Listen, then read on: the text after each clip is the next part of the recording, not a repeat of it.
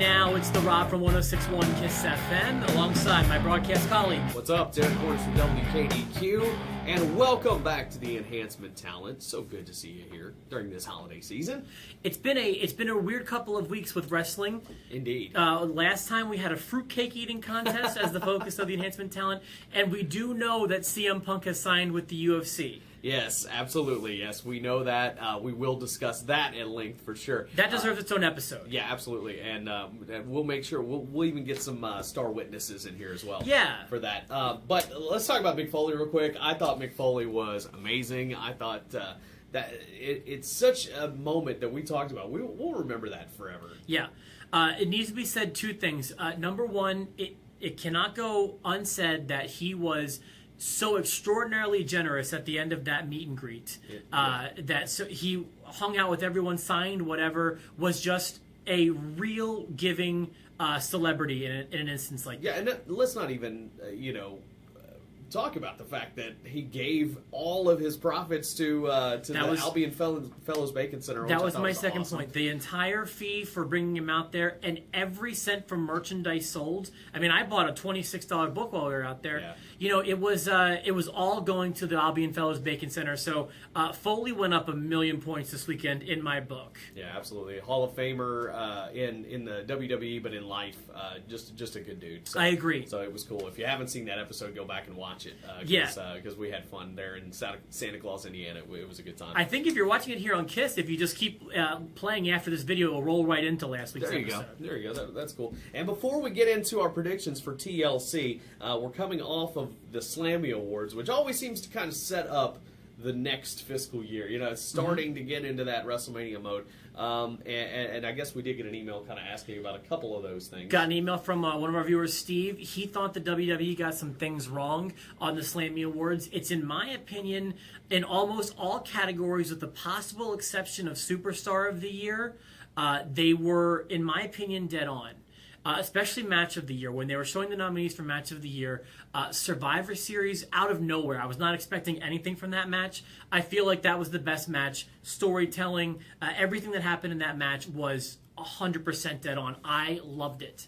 I know there's been a lot said whether it was work or whether it was like 100% straight up fan voting. I think it could have been fan voting, except for maybe the Superstar of the Year. I have no problem with Roman Reigns winning it. Mm-hmm. However, I don't think like you said, if it's fan voting, recent matches are going to stand out. So that's why I think the Survivor Series especially stood out. When there were, I thought that was a great match. I do think, the Shield and the Wyatts had some pretty good matches. But for Roman Reigns to win after being out for so long, I don't think would happen on a shoot voting. I think you'd have had somebody more like Dean Ambrose, maybe even John Cena to win. Yeah, I definitely think that. But definitely a setup for Roman Reigns, looking for a big push. I think he'd be the top guy going in the Royal Rumble and on. So we'll see how that plays out. Why? I'll never understand, but apparently he is. Looks like that's the way it's going, at least for right now. But as we know, as last year, things can change. We've got another pay-per-view on Sunday. I don't know if I'm going to be able to watch this one live, but I am looking forward to at least watching it.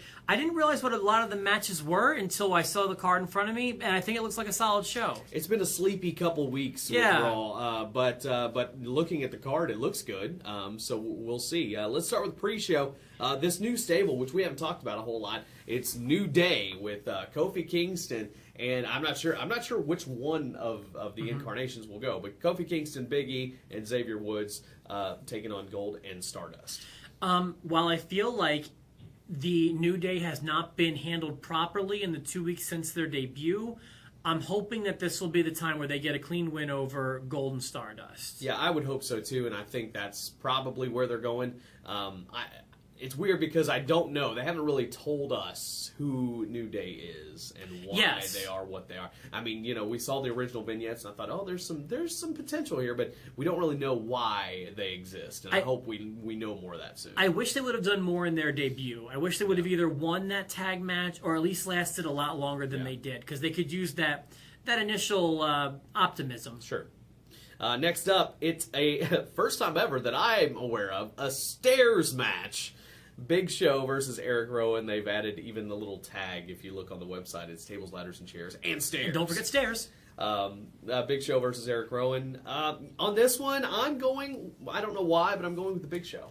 Okay, good, because we're disagreeing. I prefer when we disagree. I'm going with Eric Rowan. I think that he's due for a push, and I think that Big Show can take this loss, and I think that this is going to be an Eric Rowan win. Okay, I don't know why. Like I said, I think I just looked at the other matches and who was in them and how, and I just think Big Show, will be the one out of this former team authority that kind of gets the upper hand here. Certainly could happen.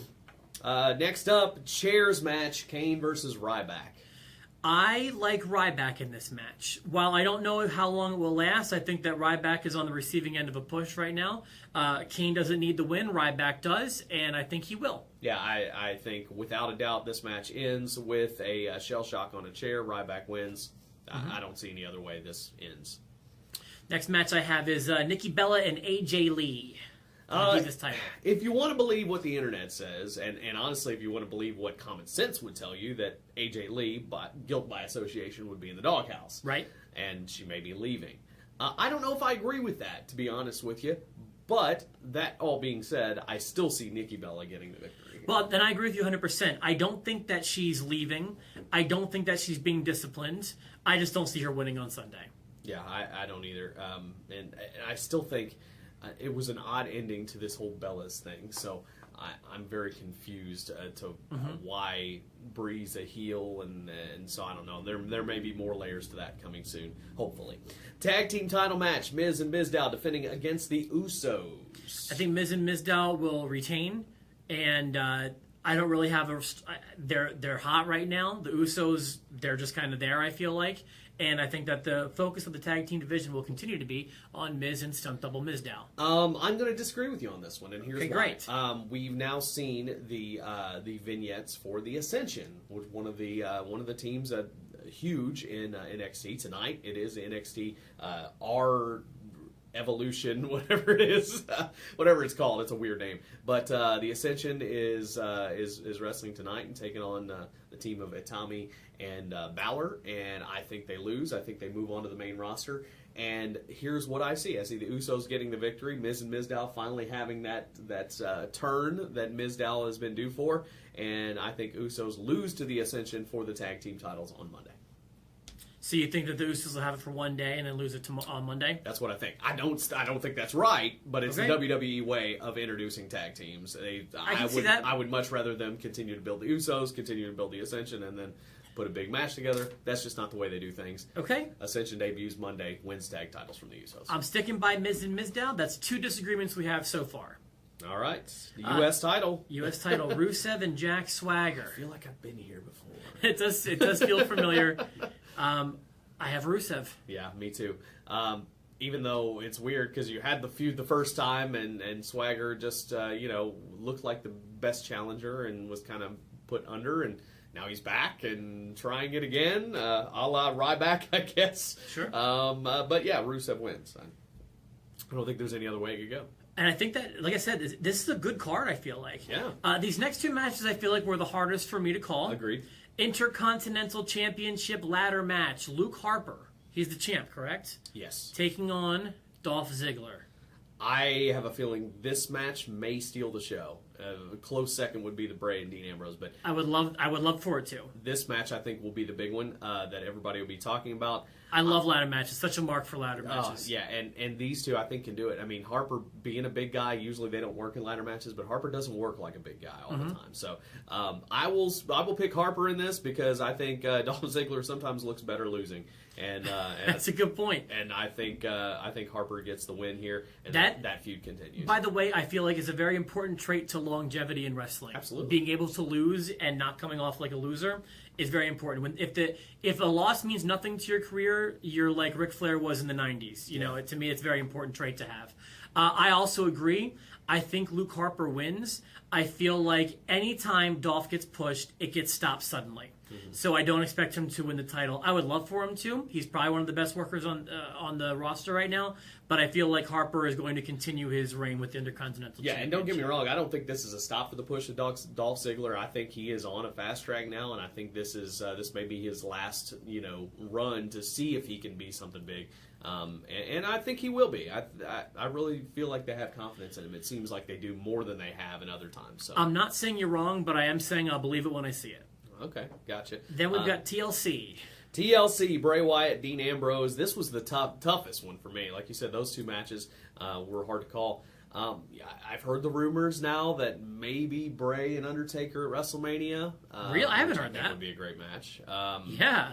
And I thought, well, maybe Bray wins it. But then I looked down through the card and the other wins and losses I had and went, I don't know. I think Bray, like you said, it doesn't hurt Bray to lose. And we've said that before about Bray Wyatt. He can lose, and it doesn't matter. It's not going to hurt his character. I think Ambrose wins this. I have Ambrose as well. Just with the way their last match went, I felt like they were building to a clean Dean Ambrose win next month, which will be Sunday. Yeah. So I feel like Ambrose is going to win on Sunday, the TLC match. Yeah, I think so. And we got Tables match, which I guess will be the main event here. John Cena versus Seth Rollins. If Cena loses, he loses his #1 contendership for Brock Lesnar in the World Heavyweight title. Is there still a World Heavyweight title? I guess there is. He's still there. Hey, how about that? There's a 300-day defense policy. Jack Tunney, man, come on, do something about this. He would be so upset if he was still here. You're right, but you know what? Every title match feels special now, so I'm not complaining. Yeah. I have Rollins winning. What do you have? I do. I have Cena winning. Okay, talk to me. Okay, here's what I think. I think it's time for Randy Orton to come back. I think it's time to ignite that feud between Orton and Seth Rollins. Okay, I didn't think about Orton. And Orton could cost Rollins the match and to spark that feud. Cena branches off and goes on with Lesnar at Royal Rumble. Because you got to remember, this is really the setup point here. This December pay-per-view is kind of where you get everything in place and then go to Royal Rumble and then everything gets in line for WrestleMania.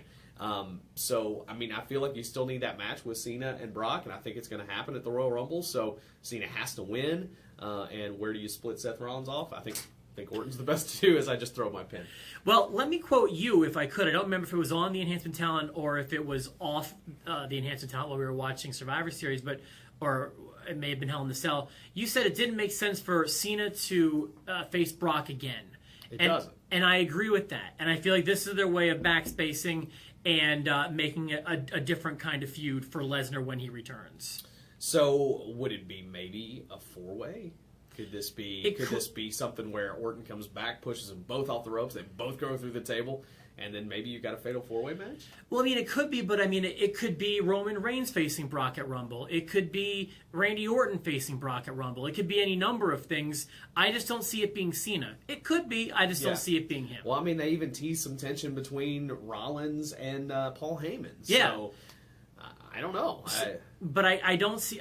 With that added stipulation, I feel strongly that Rollins will win. Okay. Plus, Cena has a bad track record in tables matches. Remember Sheamus' first title win? That one was a shocker. That was probably it was a shocker. Yeah. And that's a way that you can make somebody lose without looking bad. They could just fall on a banana peel and fall through a table, and all of a sudden, Cena loses. Oh. It's not the same as getting your shoulders counted down to 3. So that's the way I feel. I respect the amount of disagreements we have, and that makes watching on Sunday all the more exciting. We would love to have your feedback. Remember, but send it before Sunday, before the show starts. We want to know who you think's going to win, who's going to lose, and where we go as we are on the construction to the road to WrestleMania. That is right, and the construction may be bumpy, but we'll get there eventually. And as long as we have the blacktop bully to smooth things over in the end. Exactly. Smooth enough for one of those blacktop bully, the truck cage match on a road. Remember that one? I do. And I know Goldust remembers that one because that's how he became Goldust. Exactly. You're fired. All right. Have a good one. Subscribe, and we'll talk to you soon with the Enhancement.